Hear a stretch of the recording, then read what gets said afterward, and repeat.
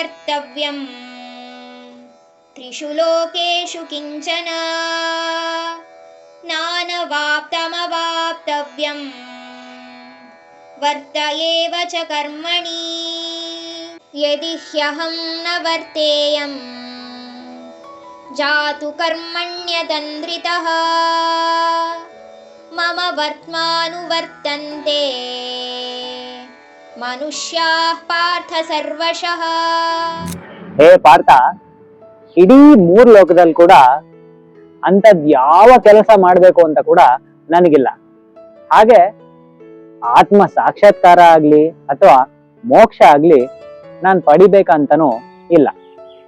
ಹಂಗಿರ್ಬೇಕಾದ್ರೆ ನಾನೇ ಕರ್ಮಬದ್ಧವಾಗಿ ಈ ಕರ್ಮಯೋಗವನ್ನ ಪಾಲಿಸ್ತಾ ಇದ್ದೀನಿ. ಪಾರ್ಥ, ಅಕಸ್ಮಾತ್ ಆಗಿ ನಾನೇ ಈ ಜಗತ್ನಲ್ಲಿ ಕರ್ಮಬದ್ಧವಾಗಿ ವರ್ತಿಸದೆ ಸೋಮಾರಿತನದಿಂದ ಇದ್ದಿದ್ರೆ ಇಡೀ ಲೋಕ ಎಲ್ಲ ನನ್ನನ್ನು ನೋಡೇ ಫಾಲೋ ಮಾಡೋದಕ್ಕೆ ಶುರು ಮಾಡ್ಬಿಟ್ಟಿರೋರು ಅಲ್ವಾ? ಅದಕ್ಕೋಸ್ಕರನೇ ನಾನು ಕರ್ಮಬದ್ಧವಾಗಿ ಇದ್ದೀನಿ ಅಂತ ಕೃಷ್ಣ ಅರ್ಜುನಂಗೆ ಹೇಳ್ತಾರೆ.